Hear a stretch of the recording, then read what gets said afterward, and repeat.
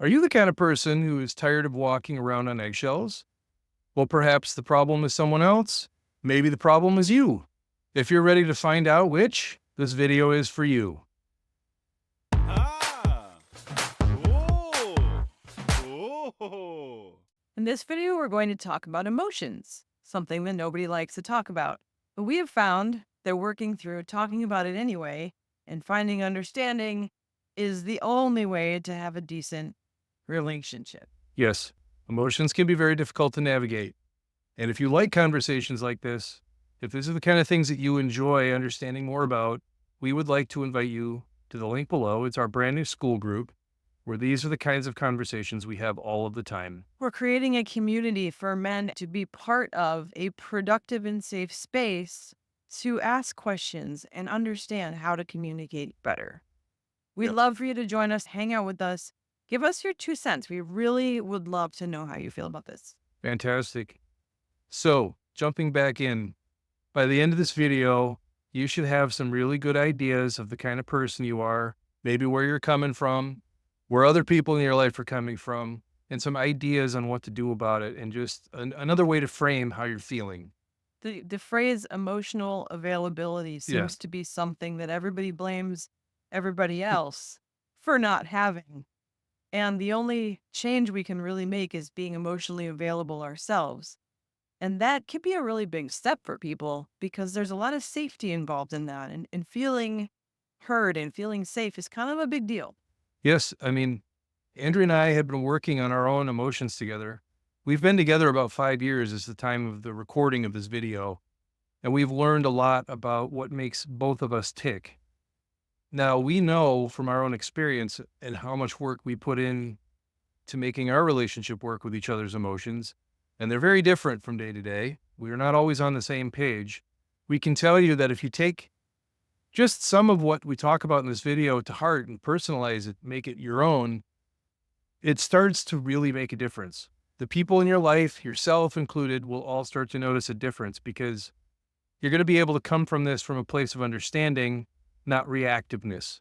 So let's talk about what emotions are. Yes. Because I think for a lot of people, this isn't something that we're taught, and understanding the purpose of emotions and the reason that we have them is a foundation for being able to be emotionally available and have communication with other people.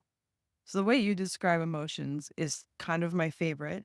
Thank you. And I think it makes sense. Should I? So you should. Um, I have 2 daughters, and right now they're 18 and 20, and they're amazing. But when they were just in that 12 to 10-year-old range and the emotions were really starting to affect them, I was looking for better ways, better dialogue, better vocabulary to try to make this something that they could live with and understand. And it dawned on me, emotions are like fireworks. They're there to get your attention, bright and shiny and noisy and explosive. And they're all okay. They're all legitimate because if they're coming from you, that's you and your feelings, and you have a right to them. But like fireworks, when they go off, they don't just stay in the sky, and you don't just stare at them and stare at them. They have a small lifespan to got your attention, and now what do?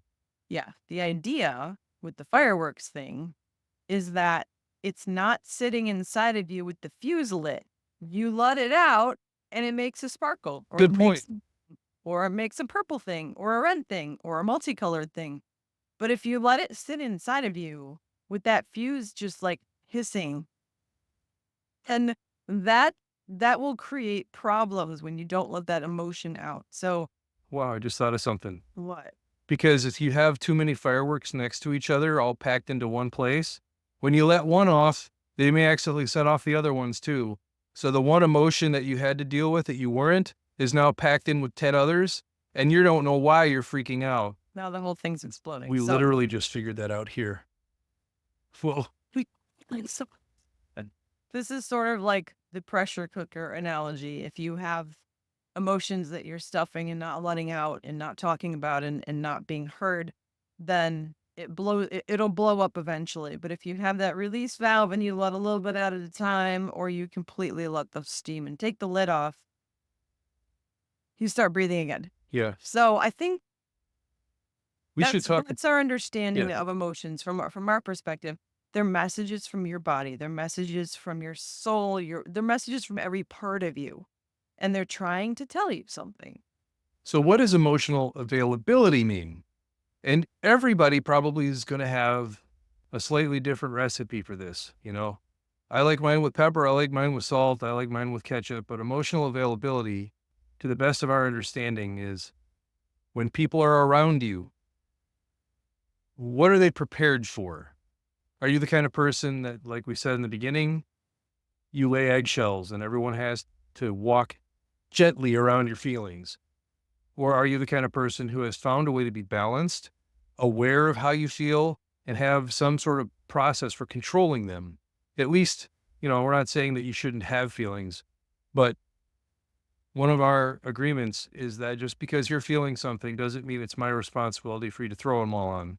So, vice versa, if I'm feeling a bunch of stuff, you're not around just so I can throw it at you and then feel better and then scamper off.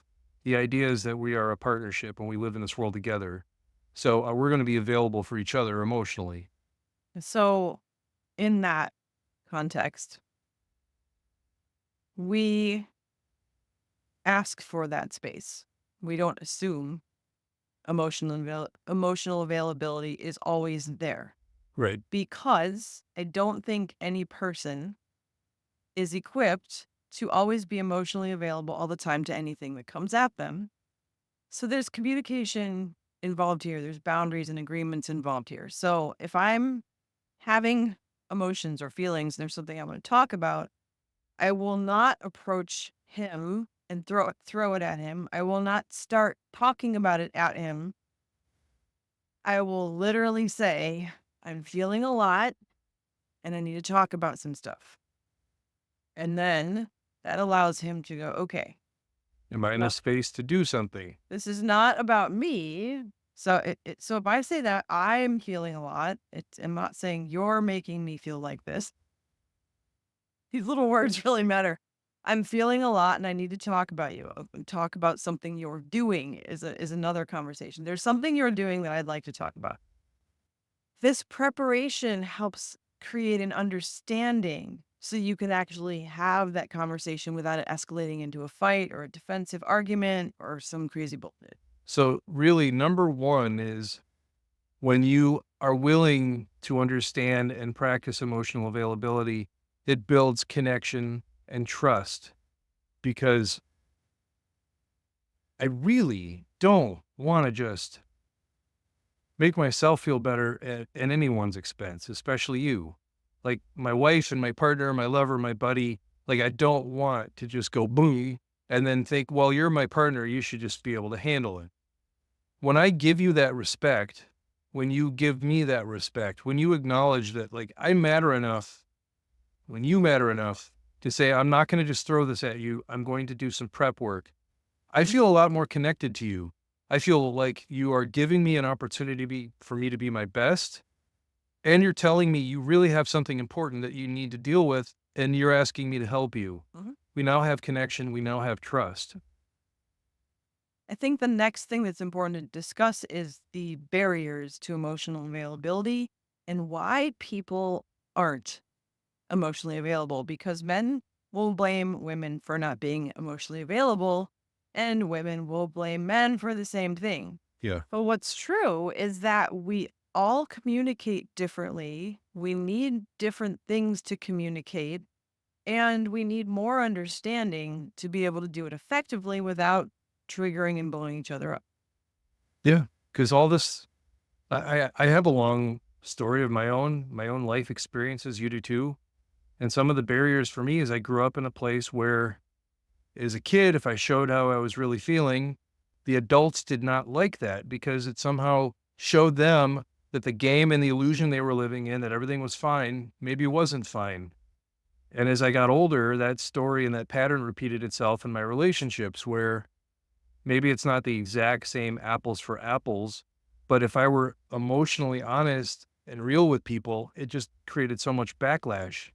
But I I think that that pattern came from not feeling safe and heard and accepted and seen, correct. which plays out later in your life. So the fear of rejection, of sharing your emotions and having them not be okay. And what you said, like all of your emotions are valid. That's how we feel about it.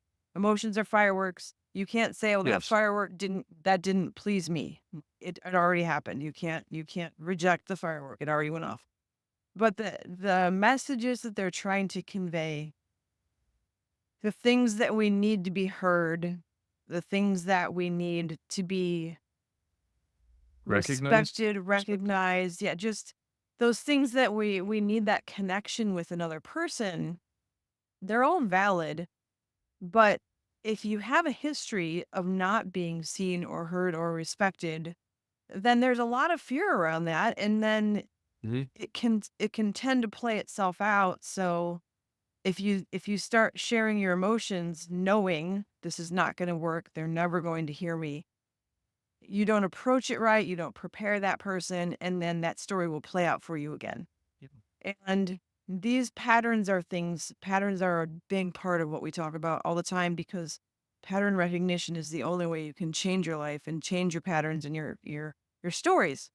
So if your childhood is all about nobody heard me, nobody listened to me, I could never share my feelings, my feelings weren't, I didn't even know how to express them. It wasn't okay, it wasn't safe. All these things are in your cells. They're part of you Yeah. as you get older, and if you don't address them, they don't go anywhere. Yeah. Even When your you move nervous out, system has created a system for you to navigate the world that you've lived in. My nervous system had an entire process in order for me to survive and feel safe in my world. And sometimes that meant I would, it was a weird irony for me. I could tell you everything about my life, but I would tell you about this deep. So it seemed like I was really honest and open and vulnerable.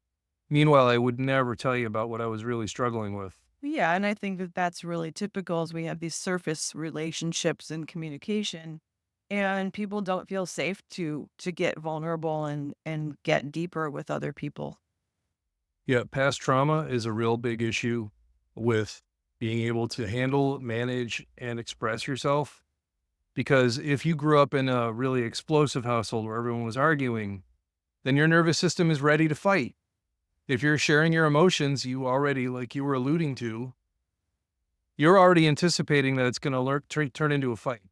So your entire conversational style is probably defensive and argumentative. Mhm. And a lot of people around you are like, oh God, there go the eggshells. I can't wait for this to unfold.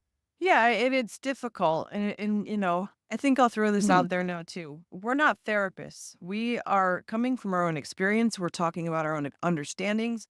All the study we've done and all the understanding we've done is literally our experience and our tangible explanation of this stuff.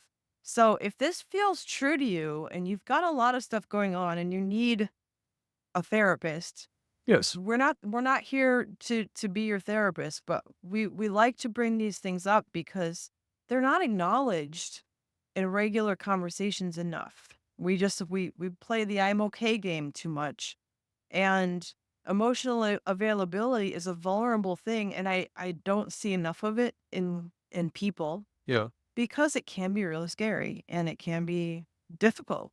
One of the ironies is that a lot of people are like, I'm sick of dealing with emotions. There's not a second of your day that you're not dealing with things from an emotional space. We are It's emotional beings. not possible. Maybe you idolize Data or Mr. Spock, but that doesn't exist if you're a Mhm. human being. Yeah. Even if your emotions are really subdued, and that's part of what you were talking about earlier. Men and women often find each other emotionally unavailable. Like a lot of men that I know of have turned that part of them off, Mhm. especially towards the later part of their life, because being honest and being vulnerable, or God forbid, showing pain or uncertainty about anything Mhm. creates so much of a chaos in the lives of the people around them that they just, I'm fine. And It is, because going through the fire is a lot harder than just shutting the door and not dealing with it. And when I say easier, I mean it's not, but it seems easier to avoid it, and we're really good at avoiding stuff as humans. yes. So, how do you become more emotionally available? How do you work on this part of yourself? Who do you start with for trusting? You don't necessarily need to jump into the deep end of someone who's an emotional um explosion waiting to happen. So let's talk about how to begin the journey, how to start, where to begin with becoming emotionally available. Mhm. This is really something you have to do for yourself first. And for me, if you can't be honest with yourself about your own feelings, you're the safest person to start with. You're going to be the most honest with yourself when you start asking the right questions to yourself. Journaling can help with this. Looking in the mirror and talking to yourself can be very challenging. But if you step outside of yourself and literally look at yourself as if you're watching a movie and see how you act and how you feel and what you're doing. Um, this has been very helpful for me. Sometimes my emotions are doing things that I don't want to deal with. I don't want to feel that way. So, I've gotten to a place where it's energy. So emotions are energy too. So if you're feeling a lot of ABC emotion, it may just be a strong energy and you can redirect it and transmute it into something more positive with it. Yeah. One of the questions I ask a lot of the men that I work with is, and they ask me the same thing, what's one thing you could do now that you haven't been doing? Because if you want new results, you can't have an old plan. And so one of the questions is, what are you going to do to notice the pattern that you have?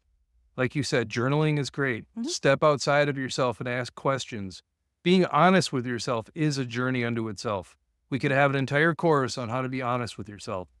Because the irony is, you will lie to yourself better than any politician or anyone you could ever imagine. Any cult leader will never lie to you as much as your unconscious can lie to you. Yeah. But once you change the script on that, it's the most honest power you'll ever find in the universe.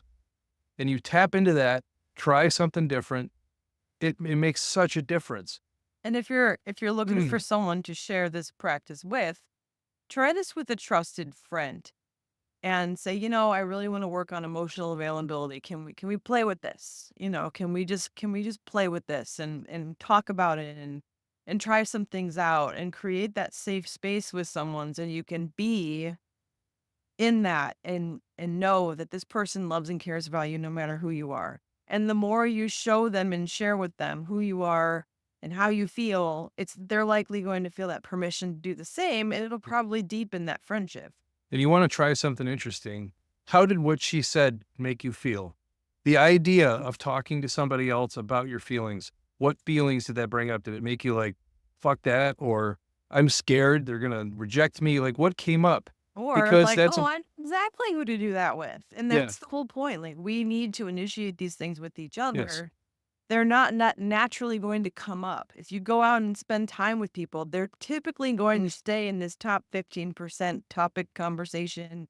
Nobody's going to ask you, so how do you feel about the blah, blah, blah, blah thing?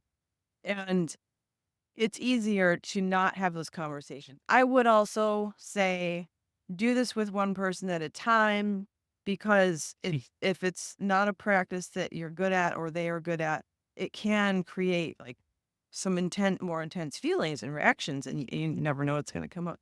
Yeah. Ask somebody a very simple question. What's it like to be around me and my emotions? And let them be honest and do not make them pay for it, or you will cancel this out. Now, here's the cool thing. If they've made it this far into the video, I have great faith that they really do want to make their life better, and we're freaking rooting for you because you can't put a price on it.